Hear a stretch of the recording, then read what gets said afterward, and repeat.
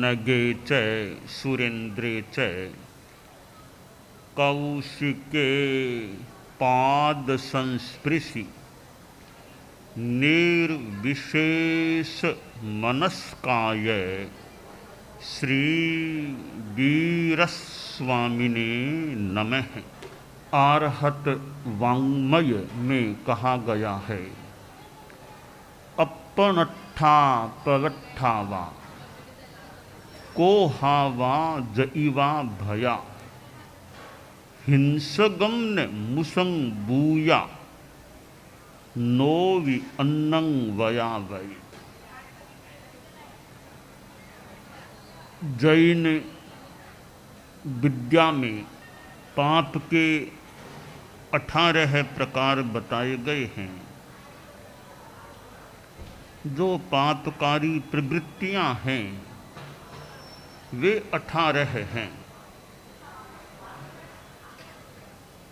ऐसे पापस्थान, आश्रव और पाप बंध, 3 घटनाएं, 3 चीजें हो जाती हैं। एक आदमी प्राणातिपात हिंसा करता है, राग द्वेष के भाव से हिंसा करता है। अब इसके साथ अतीत भी जुड़ा हुआ है और भविष्य भी जुड़ा हुआ है और वर्तमान में तो हिंसा वो कर ही रहा है। यूं एक प्रवृत्ति के साथ अतीत और भविष्य भी जुड़े हुए रह सकते हैं। कैसे? एक आदमी हिंसा करता है, प्राणातिपात यानी जीव हिंसा कर रहा है राग द्वेष के भाव से। यह वर्तमान काल की बात हो गई। अब इसके साथ अतीत का भी संबंध है और भविष्य का भी संबंध है। वो कैसे है? वर्तमान तो स्पष्ट है कि जीव हिंसा कर रहा है। अतीत का संबंध है प्राणातिपात पापस्थान। प्राणातिपात पापस्थान, अतीत में ऐसा कोई उसके कर्म है बंधा हुआ मोहनीय कर्म के संदर्भ में, उसके उदय से, उसके कारण से वह हिंसा में प्रवृत्त हो रहा है। वरना वह हिंसा में क्यों जा रहा है? क्या कारण है? तो अतीत का कारण है। अतीत का कोई ऐसा पाप कर्म उसके बंधा हुआ है जिसे प्राणातिपात पापस्थान कहा गया है। उसके कारण से वह जो अतीत में हुआ है, उसके कारण से वह वर्तमान में हिंसा कर रहा है। तो अतीत का संबंध हो गया वर्तमान के साथ। अब प्रश्न है भविष्य का संबंध कैसे है? तो वर्तमान में जो वह प्राणातिपात पाप कर रहा है, उससे उसके कर्म का बंध हो रहा है, उसका परिणाम फिर आगे उसको भुगतना पड़ सकेगा। तो भविष्य में भी वर्तमान में जो क्रिया हो रही है उसका फल जुड़ा हुआ है, भविष्य में फल मिलने वाला होता है। तो एक प्राणातिपात जीव हिंसा की प्रवृत्ति जो वर्तमान में हो रही है, उसके साथ भूत यानी अतीत भी जुड़ा हुआ है और फिर भविष्य भी जुड़ जाता है। तो जैन विद्या में 18 ये पाप की प्रवृत्तियां बताई गई हैं। उनमें पहली प्रवृत्ति तो प्राणातिपात है, जीव हिंसा, प्राणों का अतिपात करना, प्राणों को मानो गिरा देना, खत्म कर देना, यानी जीव को मार देना, हिंसा करना। यह पहला पापकारी प्रवृत्ति का अंग है। और दूसरा है मृषावाद। जैसे प्राणातिपात तीनों कालों से जुड़ा हुआ है, वैसे मृषावाद यानी झूठ बोलना भी तीनों कालों से संबद्ध है। वर्तमान में कोई झूठ बोल रहा है, यह मान ले पाप कर रहा है। अब पाप क्यों कर रहा है? तो मृषावाद पापस्थान, अतीत में कोई ऐसा कर्म बंधा हुआ है जिसके योग से वह वर्तमान में झूठ बोल रहा है। झूठ बोल रहा है, उसका फिर आगे फल मिल सकेगा तो भविष्य के साथ और संबंध हो गया। यों श्रीमद् जयाचार्य ने झिणी चर्चा में जो तीनों कालों की बातें ये प्राणातिपात आदि के संदर्भ में प्रस्तुत की हैं। तो मृषावाद दूसरा जो पाप का कार्य है, झूठ बोलना। आदमी से झूठ निकल सकता है, कई बार तो अनजान में कोई झूठ बात निकल जाती है, जानबूझकर कोई नहीं बोलता, लक्ष्य नहीं, फिर वो कोई विस्मृति हो गई, पता नहीं रहा तो वो अनजान में कोई झूठ बात बोल दी। जानबूझकर भी झूठ बोला जाता है, जा सकता है। जानबूझकर झूठ बोलता है आदमी तो उसके पीछे भी कारण है, गुस्सा, भय, लोभ, हास्य आदि कारणों से आदमी झूठ बोल देता है। और क्यों बोलता है?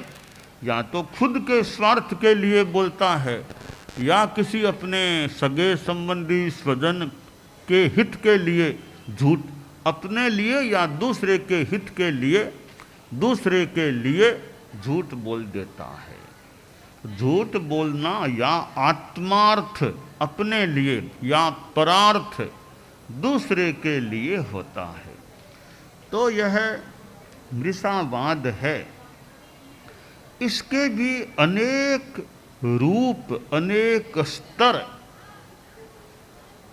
संभवतः हो सकते हैं कि झूठ बोलने के पीछे इरादा क्या है। इरादा क्या है झूठ बोलने के पीछे?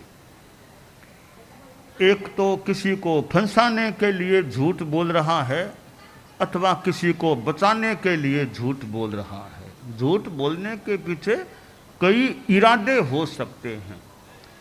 एक आदमी किसी को फंसाने के लिए, इसको फंसाना है तो झूठी झूठी शिकायतें करके किसी के बारे में झूठा कोर्ट केस पुलिस में कुछ कर करा के इसको फंसाना है, तकलीफ में डालना है।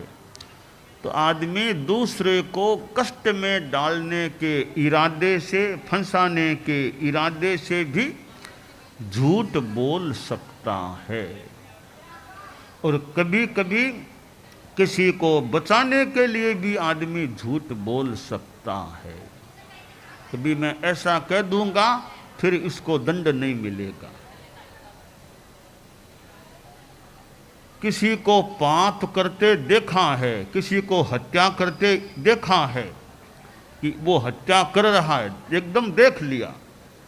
अब उसे कोर्ट में कहीं बुलाया गया भी कि आपने देखा था ना उसने हत्या की थी। सोचा मैं हाँ बोलूँगा तो बेचारा फंस जाएगा, मरेगा।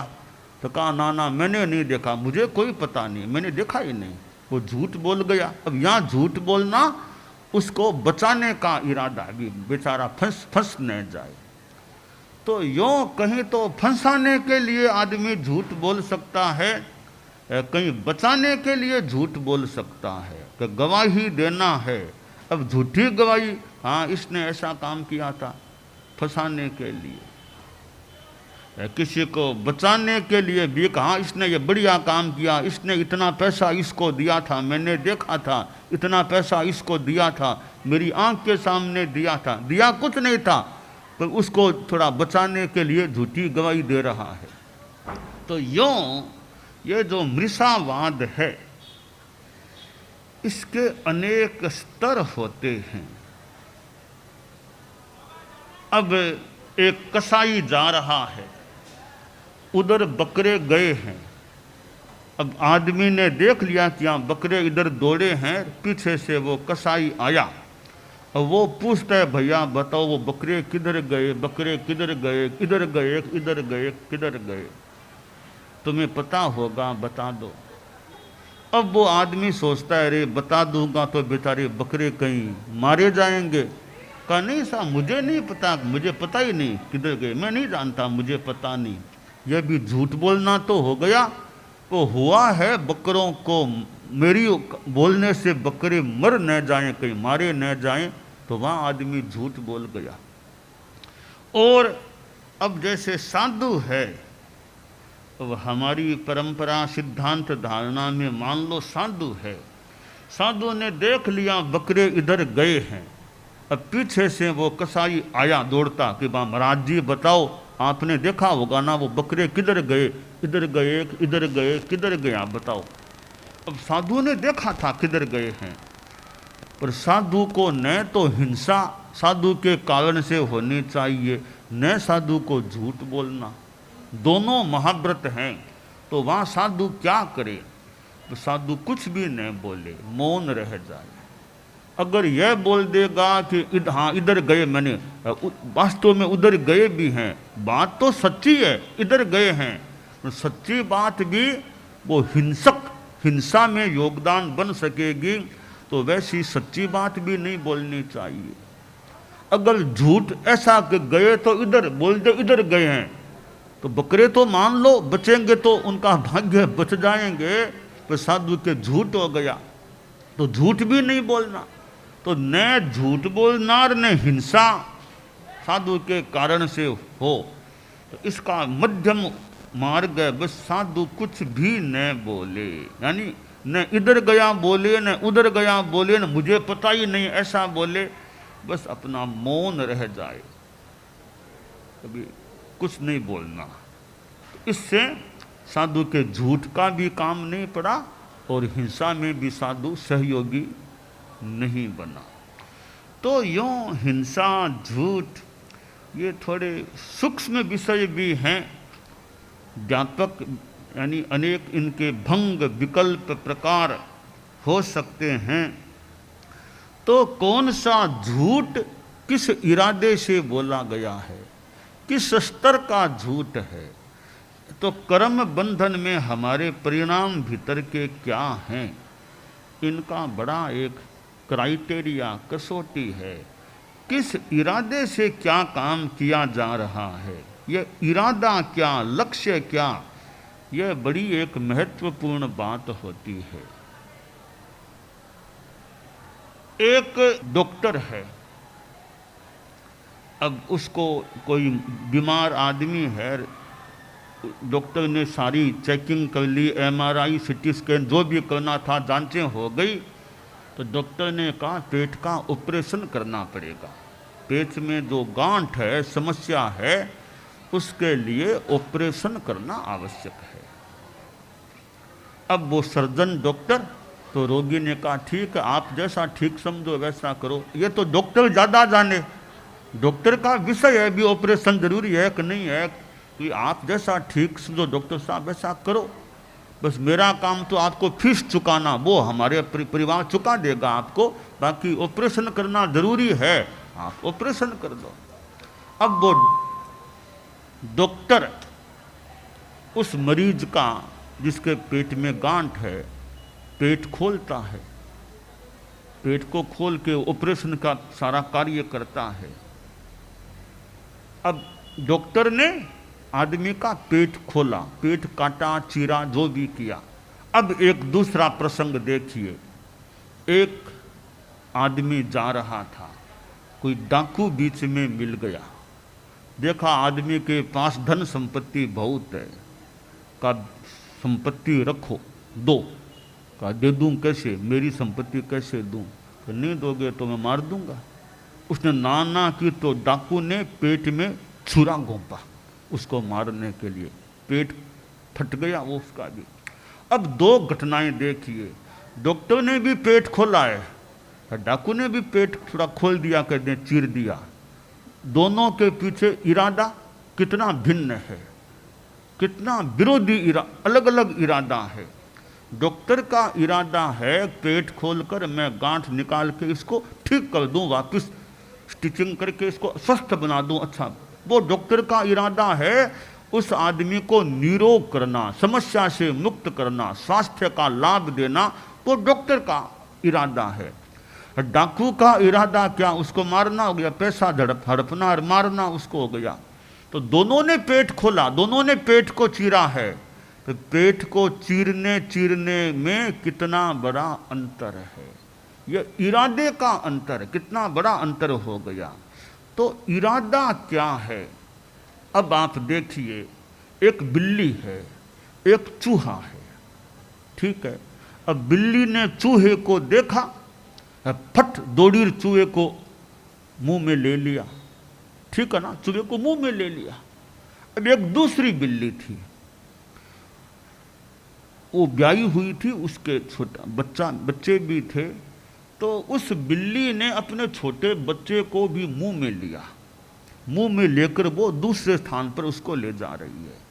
अब दोनों बिल्ली हैं, एक बिल्ली ने चूहे को मुंह में लिया है, दूसरी बिल्ली ने अपने छोटे बच्चे को मुंह में लिया। दोनों ने मुंह में लिया, दोनों छोटे छोटे, चूहा भी छोटा सा, छोटा ही और बच्चा भी छोटा सा, दोनों करीब समान, करीब करीब मान लो शरीर की स्थिति वाले, दोनों बिल्लियों ने मुंह में लिया।